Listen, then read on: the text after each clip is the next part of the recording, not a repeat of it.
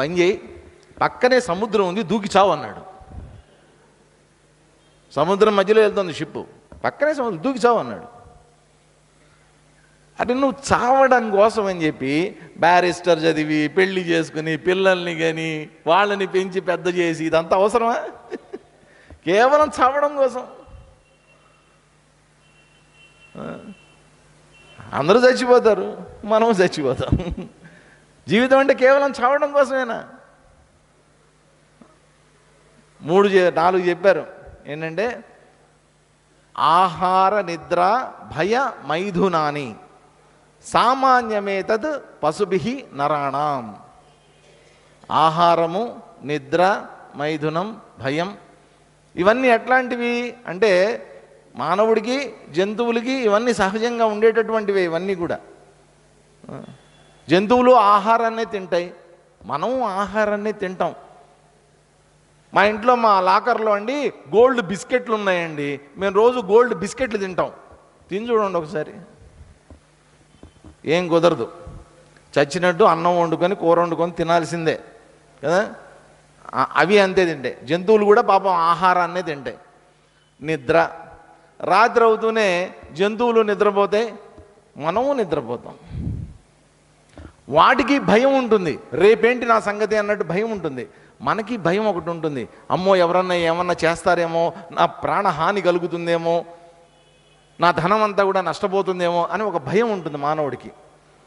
మైథునం, ఆ జంతువులు పిల్లల్నే కంటున్నాయి, మనము పిల్లల్నే కంటున్నాం. ఇంక తేడా ఏముంది చెప్పండి? జంతువులకి మనకి తేడా ఏముంది? రోడ్డు మీద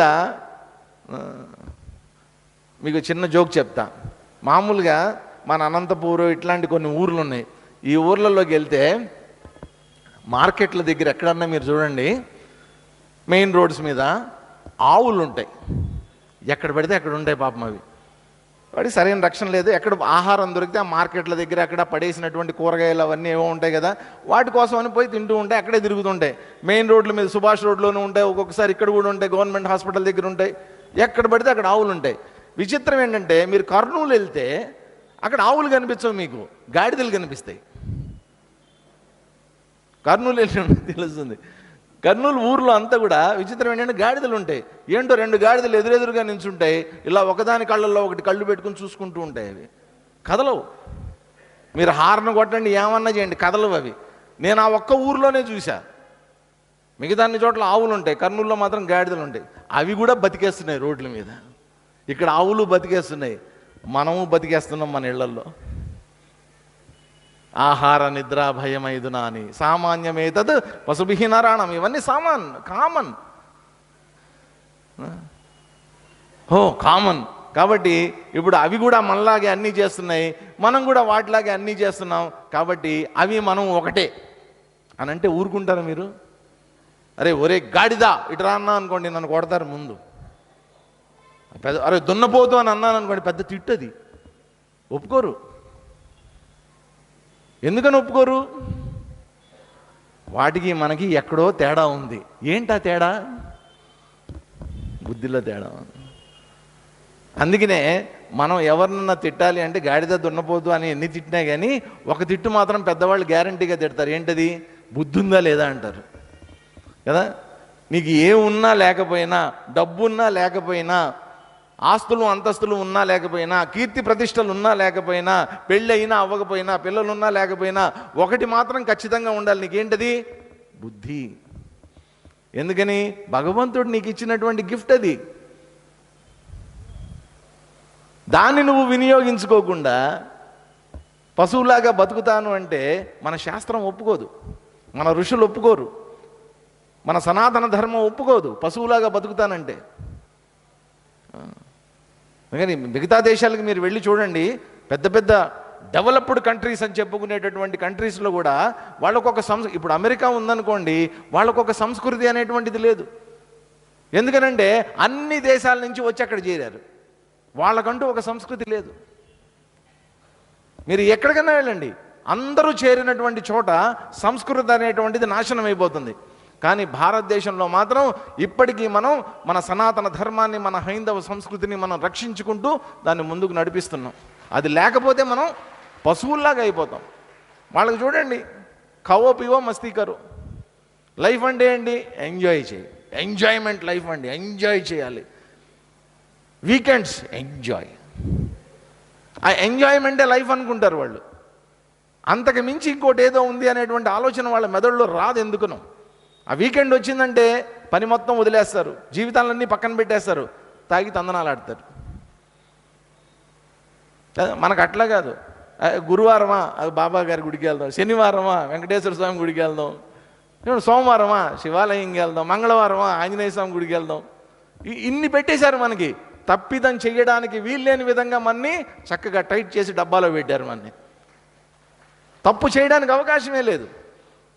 అది పూర్వం ఏదో కథ చెప్పేవాళ్ళే, దెయ్యాన్ని తీసుకొని వచ్చి బాటిల్లో పెట్టి బెరడా బిగిచ్చేసినట్టు మన్ని ఒక సంస్కృతి అనేటువంటి దాంట్లో చక్కగా పెట్టి మన్ని దెయ్యంలాగా బయట తిరగకుండా చేసేసింది మన సంస్కృతి. ఇది మన అదృష్టం.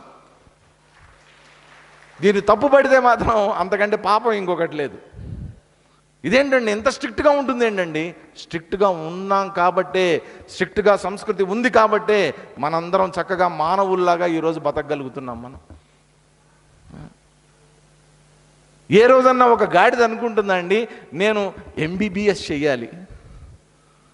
గాడిదలు అనుకుంటాయా నేను ఎంబీబీఎస్ చదవాలని?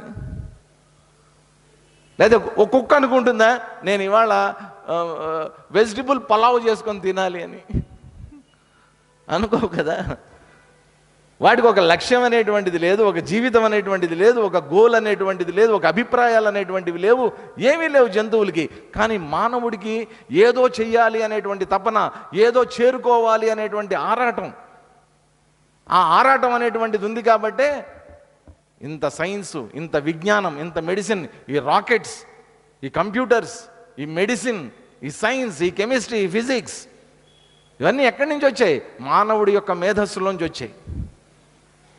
ఈ మేధస్సుతోటి ప్రపంచాన్ని ఎంత అద్భుతంగా తీర్చిదిద్దుకున్నాడు, అందమైనటువంటి ప్రపంచాన్ని తయారు చేసుకున్నాడు. ఈ అందమైనటువంటి ప్రపంచంలో, ఆకర్షణలతో ఉన్నటువంటి ప్రపంచంలో నేను ఆనందంగా గడపాలి అని అనుకున్నాడు. ఇంట్లో అన్నీ పెట్టుకున్నాడు, టీవీ, ఫ్రిడ్జ్, ఏసీలు అన్నీ ఉంటాయి. కానీ ఇంట్లో కూర్చుని ఏడుస్తూ ఉంటాడు. ఏడవడానికి కూడా ఏసీ రూములు కావాలి మనకి. ఇన్ని సుఖాలున్నా ఒకప్పుడు చూడండి, ఒక 40 ఏళ్ళు 50 ఏళ్ల క్రితం మన తండ్రులు, మన పెద్దవాళ్ళు జీవించినటువంటి జీవితం ఎలా ఉండేది, మనం ఎలాంటి జీవితాలు జీవిస్తున్నాం ఇప్పుడు? ఏమీ లేవు ఆ రోజుల్లో. No TV, no cell phone, ఏమీ లేవు వాళ్ళకి. ఇంత రవాణా వ్యవస్థ, ఇంత ట్రైన్స్, ఇంత ఫ్లైట్స్, ఇంత ట్రాన్స్పోర్టేషన్ ఏమీ లేనటువంటి రోజుల్లో ఉన్నదాంతో తృప్తిపడి ఒక్కొక్కళ్ళు 3 4 పిల్లల్ని కానీ అందరినీ పెంచి పెద్ద చేసి అందరికీ పెళ్ళిళ్ళు చేశారు. ఈ రోజుల్లో లింగులు ఇటుకుమని ఇద్దరు కూడా పోయింది. ఇప్పుడు ఒకడే. ఇప్పుడు కొత్తది వచ్చింది ఏంటో తెలుసా? ఆ ఒకటి కూడా వద్దు, అసలు పిల్లలు వద్దు. పిల్లలు వద్దు అని అనుకుంటే వరకు పర్వాలేదండి. ఈ కొత్త ట్రెండ్ పెళ్ళే వద్దు. మీకు తెలుసు, నాకంటే మీకు బాగా తెలుసు దీని గురించి. అసలు పెళ్ళే వద్దు, పిల్లలు వద్దు, కానీ బతికేద్దాం. విచిత్రమైనటువంటి ఆలోచనలు, విచిత్రమైనటువంటి భావజాలం. ఇదంతా ఎందుకు వస్తుంది? ఎక్కడో బుద్ధిలో తొలుస్తోంది, ఏదో తెలియనటువంటి అజ్ఞానం తొలుస్తోంది.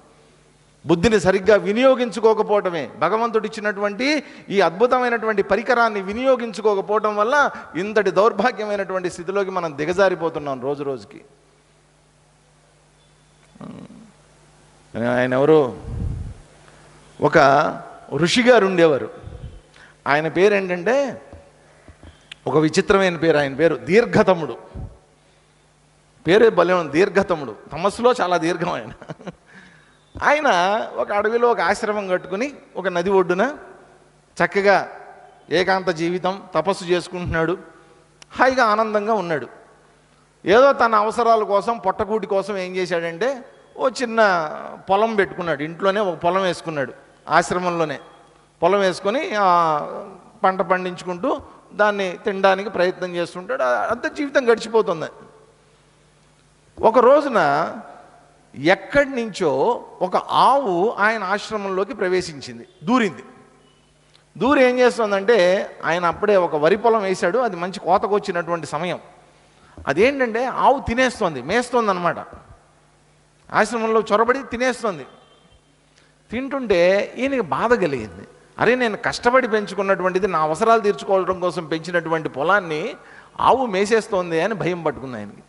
భయం పట్టుకుని, మామూలుగా మనమైతే ఏం చేస్తాం, ఇంట్లోకి ఏ కుక్కో ఆవో వచ్చిందనుకోండి, ఓ రాయి ఇసురుతాం, కర్ర పెట్టి ఏదో ఇట్లా అంటాం, అదిలిస్తాం, కొడతాం, ఏదో చేస్తాం, భయపెడతాం, పంపించేస్తాం. కానీ పాపం అయిన ఋషి, వచ్చినటువంటిది గోమాత, ఏమీ అనలేడు. ఏమీ అనలేక సాత్వికమైనటువంటి వ్యక్తిత్వం అయింది. వెళ్ళి ఆవు దగ్గరికి వెళ్ళి ఆవుకి నమస్కారం చేసి, అమ్మ, తల్లి, గోమాత, నీకు తెలియదా, ఇది నా పొలం, తినటం తప్పు కదా, నాది కదా ఇది, నువ్వు తినటం తప్పు కదమ్మా అని చెప్పి ఏదో నమస్కారం పెట్టి మాట్లాడటం మొదలుపెట్టాడు ఆవుతోటి. విచిత్రం ఏంటంటే, ఆవు మాట్లాడటం మొదలుపెట్టింది ఈయనతోటి. ఏమని మాట్లాడుతుందో తెలుసా? చూడు, మాకు భగవంతుడు నీ అంత జ్ఞానం పెట్ల. మేమేం చేస్తామంటే, మాకు ధర్మం ఉంది. ఏంటి ఆ ధర్మం అంటే పశుధర్మము అంటారు. ఆ పశుధర్మాన్ని నేను ఆచరిస్తున్నా. ఏంటయ్యా పశుధర్మం అంటే, నేను ఒక ఆవుని కదా, నాకు 4 కాళ్ళు ఉన్నాయి, ఓ పెద్ద పొట్ట ఉంది, దానికి సమాంతరంగా ఒక తలకాయ ఉంది, మెడకాయ తలకాయ ఉంది. మాకు పెట్టినటువంటి జ్ఞానం ఏంటంటే, ఎక్కడైనా పచ్చగా కనిపిస్తే అది తినడానికి అనుకూలమైనటువంటిది కనుక అయితే తల ఉంచు, తినేసి, అంతవరకే. ఇది నీదా, నాదా, ఎవడి ప్రాపర్టీ, దీనికి బాండ్ పేపర్స్ ఉన్నాయా, సంతకాలు పెట్టాలా, టికెట్ కొనుక్కోవాలా, ఇన్ని ఆలోచించేంత శక్తి మాకు పెట్టలేదు. మాకు పెట్టినటువంటి ధర్మం ఏంటి? తల వంచు, పచ్చగా ఉన్న తినేయి. సో దట్ ఈస్ కాల్డ్ పశుధర్మం. ఆ పశుధర్మం, నేను పశువుని, నా పశుధర్మాన్ని నేను ఆచరిస్తున్నాను, తప్పేంటి అంది. భగవంతుడు మాకు పెట్టినటువంటి ధర్మం పశుధర్మం, దేని నేను ఆచరిస్తున్నా, తప్పేంటి అంది. వెంటనే ఈ ఋషి గారు ఏమనుకున్నారంటే మనసులో, ఇదేదో భలే ఉందే, పశుధర్మం అట, పచ్చగా కనిపిస్తే తినేయచ్చట, నీది నాది అని చూడాల్సినటువంటి అవసరం లేదట, మనం కూడా ఈ ధర్మాన్ని ఆచరిస్తే ఎలా ఉంటుంది అని అనుకున్నాడు ఆయన, మనసులో అనుకున్నాడు. విచిత్రం ఏంటంటే, ఆ మనసులో ఆయన అనుకున్నటువంటిది ఆవు కనిపెట్టేసింది. కనిపెట్టేసి ఏమందంటే, చూడు, నువ్వు కూడా గడ్డి తినాలనుకుంటే నాతో పాటు పశుధర్మాన్ని ఆచరించు నువ్వు కూడా అంది. రేపటి నుంచి నువ్వు కూడా ఏం చేయాలి, పశుధర్మాన్ని ఆచరించాలంటే ఏం చేయాలి, నాతో పాటు వచ్చి గడ్డి తిను. తింటామా మనం గడ్డి? గడ్డి తింటామా మనం? అప్పుడప్పుడు అంటూ ఉంటారు, వాడి బుద్ధి గడ్డి తిందండి అంటూ ఉంటారు. అంతే, బుద్ధి గడ్డి తింది అంటే ఏదో తప్పుడు ఆలోచన చేశాడనే ఉద్దేశంతో అంటారే తప్ప వాడు నిజంగా గడ్డి తిన్నాడని కాదు అది. మనం గడ్డి తినం, మనం వండుకొని తింటాం. చక్కగా ఉడకబెట్టుకుని దాంట్లో అన్నీ వేసుకుని, మసాలాలు వేసుకుని, అంత కావలసిన విధంగా రుచికరంగా, చూడ్డానికి ఇంపుగా ఉండే విధంగా తయారు చేసుకొని తింటాం, అంతే తప్ప గడ్డి కాదం మనం తినం కదండి. కానీ జంతువులకు అవకాశం లేదు, వాటి జీవన విధానం అట్లా ఉంది. కానీ ఇక్కడ మన ఋషులు మనకి చెప్పేటటువంటిది ఏంటంటే, బాబు, నీ బుద్ధి ఉంది కాబట్టి నువ్వు దాన్ని విచక్షణ కోసం వినియోగించి తీరాల్సిందే, వివేచన కోసం వినియోగించి తీరాల్సిందే. నీ బుద్ధి భగవంతుడు పెట్టిందే నీకు దానికోసం. ఆ బుద్ధిలో ఉండేటటువంటి విచక్షణని వినియోగించుకుని చక్కగా నువ్వు ఉన్నతమైనటువంటి వ్యక్తిత్వాన్ని పొంది ఉన్నతమైనటువంటి లక్ష్యాన్ని చేరుకో అని చెప్పినటువంటి దాన్ని మనం మర్చిపోయి పశువుల్లాగా జీవిస్తాము అంటే మన సంస్కృతి ఒప్పుకోదు. అందుకని మన ఋషులు ఏం చేశారంటే, మానవుడిగా పుట్టినటువంటి వాడు సాధించవలసినటువంటివి కొన్ని మనకి పెట్టారు. అంటే జీవితం ఎలా జీవించాలో చెప్పారు. తర్వాత జీవితంలో నువ్వు చివరికి చేరుకోవలసినటువంటి లక్ష్యం ఏంటి అనేటువంటిది కూడా మనకి తెలియజేశారు. మామూలుగా ఒక లక్ష్యం కాదండి. ఇప్పుడు బయటికి వెళ్తే ఎవరినన్నా పిల్లల్ని అడిగామనుకోండి, అరే నీ గోల్ ఏంట్రా అని అడిగామనుకోండి, చిన్న పిల్లవాడు, వాడు 5th క్లాస్ 6th క్లాస్ చదివేవాడిని కూడా నీ గోల్ ఏంటి అని అడిగామనుకోండి, వాడు ఏం చెప్తాడు? చిన్నపిల్లల్ని ఈ రోజుల్లో అడిగితే ఏమంటాడు వాడు? సార్, డాక్టర్ అవ్వాలండి. ఇంకోటి నేను ఇంజనీర్ అవ్వాలండి. ఇంకోడు ఒకడున్నాడు, నేను కానిస్టేబుల్ అవ్వాలండి అన్నాడు. రకరకాలు. నేను ఐపీఎస్ అవ్వాలండి. ఈ రోజుల్లో చిన్నపిల్లలు నేను ఐఏఎస్ అవ్వాలండి, నేను ఐపీఎస్ అవ్వాలండి. ఏదో జీవితంలో ఒక గోల్, చదువుకున్నందుకు గాను ఒక గోల్. కానీ మన శాస్త్రం ఇవన్నీ పక్కన పెట్టి నువ్వు 1 కాదు 4 గోల్స్ రీచ్ అవ్వాలని చెప్పింది. 4 గోల్స్, 4 లక్ష్యాలు. ఏంటా 4 లక్ష్యాలు అంటే, మొట్టమొదట చెప్పినటువంటిది, నువ్వు తెలుసుకోవలసినటువంటిది, నువ్వు అర్థం చేసుకోవలసినటువంటిది ధర్మం. మొట్టమొదట ధర్మాన్ని తెలుసుకో. ధర్మం తర్వాత నీ ఇష్టం, మిగతావన్నీ ఏమైనా సరే. కాబట్టి మొట్టమొదటి ఏం చేయాలి నువ్వు? ధర్మం. పశుధర్మం కాదు, మానవ ధర్మాన్ని తెలుసుకో. మానవ ధర్మాన్ని తెలుసుకున్నటువంటి వాడు ఆధ్యాత్మిక ధర్మాన్ని తెలుసుకోవాలి. కాబట్టి మొట్టమొదటి నువ్వేం చేయాలి? ధర్మం. ఆ ధర్మం కూడా ఎలా ఉండాలట?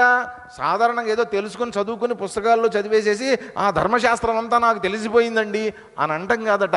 ధర్మం అంగే జీర్ణం. మనం తిన్నటువంటి ఆహారం ఉంటుందండి. మనం రోజు ఆహారాన్ని తింటాం కదండి.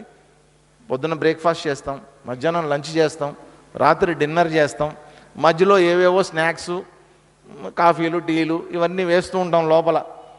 ఈ వేసినవన్నీ ఏమవుతుంటాయి? వేసినవన్నీ మన శరీరంలో శక్తి కింద మారుతూ ఉంటాయి. అవన్నీ మన శరీరంలో భాగం అయిపోతూ ఉంటాయి. అంగే జీర్ణం. మన శరీరం, అంగం అంటే మన శరీరం, దాంట్లో జీర్ణం అయిపోతూ ఉంటాయి. ఇవన్నీ కూడా మన శరీరంగా మారుతాయి. ఆహారం అంతా కూడా మన శరీరంగా మారుతూ ఉంటుంది. మనం ఆహారం తినలేదనుకోండి, ఒక వారం రోజులు ఆహారం తినలేదనుకోండి, ఏమవుతుంది? ఈ శరీరం శుష్కించిపోతుంది, నీరసించిపోతుంది. కాబట్టి మనం తిన్నటువంటి ఆహారం మన శరీరంగా మారుతోంది, మన శరీరాన్ని వృద్ధి చేస్తోంది, నిలబెడుతోంది. అంగే జీర్ణం. అదేవిధంగా నువ్వు ఏ ధర్మాన్ని అయితే తెలుసుకున్నావో ఆ ధర్మం కూడా నీ వ్యక్తిత్వంలో జీర్ణమైపోవాలి అంటుంది. అది అంగే జీర్ణం. కాబట్టి కేవలం ధర్మాన్ని తెలుసుకోవడం కాదు, ఆ ధర్మం నా వ్యక్తిత్వంలో రిఫ్లెక్ట్ కావాలి. అది ఆ విధంగా ఎప్పుడైతే వ్యక్తిత్వంలో ధర్మం అనేటువంటిది జీర్ణించుకుపోయిందో ఆ రోజున ఏం జరుగుతుందో తెలుసా అండి? నేను మాట్లాడేటటువంటి మాటలో ధర్మం ఉంటుంది, నేను చేసేటటువంటి పనుల్లో ధర్మం ఉంటుంది, నా ఆలోచనల్లో ధర్మం ఉంటుంది, నా లక్ష్యాలు ధర్మపూరితమైనటువంటివై ఉంటాయి. అందుకని మొట్టమొదట పెట్టినటువంటిది ఏంటి? ధర్మం.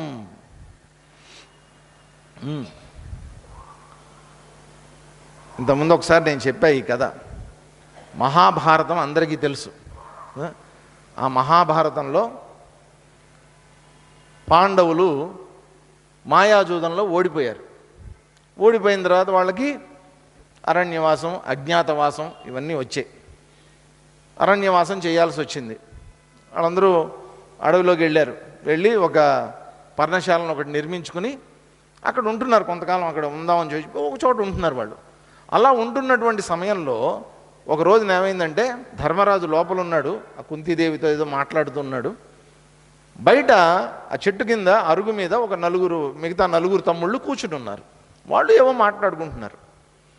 ఇలా మాట్లాడుకుంటున్నటువంటి సమయంలో ఎక్కడి నుంచో ఒక బ్రాహ్మణుడు, వృద్ధుడు పరిగెత్తుకుంటూ వచ్చాడు.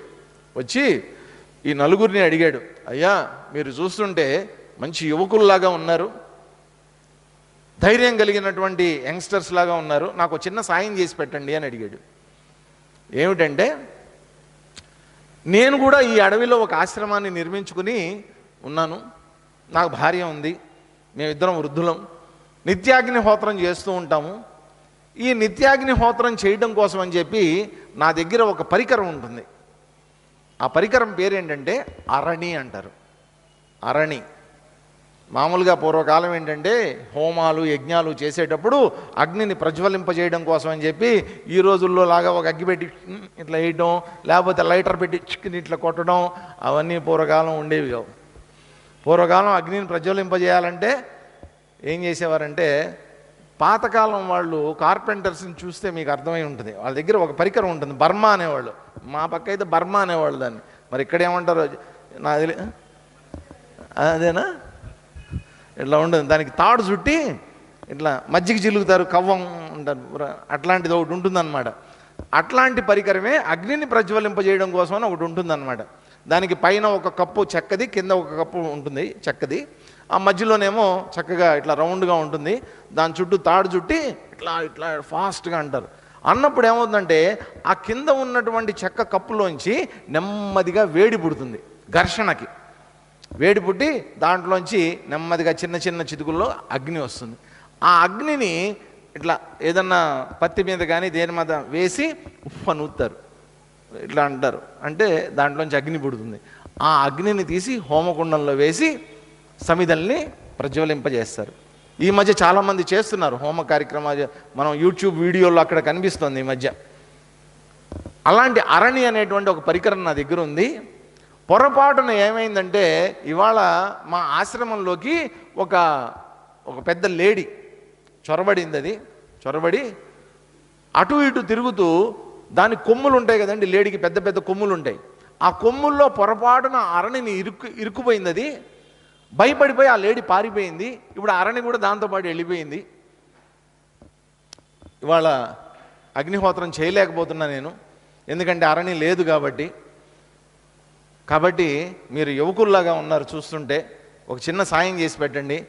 ఎక్కడన్నా ఆ వెతికి ఆ లేడీ ఎక్కడన్నా మీకు కనిపిస్తే దాన్ని పట్టుకుని ఆ అరణిని నాకు తెచ్చిపెట్టండి అని అడిగాడు.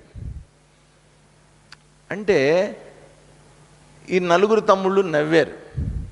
నీకేమైనా పిచ్చా, ఇవాళ ఒక్కరోజు అగ్నిహోత్రం చేయకపోతే అదేమన్నా పెద్ద ఏమైనా నష్టం జరిగిపోతుందా, ఈ జీవితాన్ని ఏమైనా కోల్పోతావా, అది ఇది అన్నారు, నానా మాటలు అన్నారు ఆయన. అన్న తర్వాత అతను చెప్పాడు, లేదు ఇవాళ నేను అగ్నిహోత్రం చెయ్యకపోతే నాకు బ్రహ్మహత్యా దోషం చుట్టుకుంటుంది, దయచేసి నాకు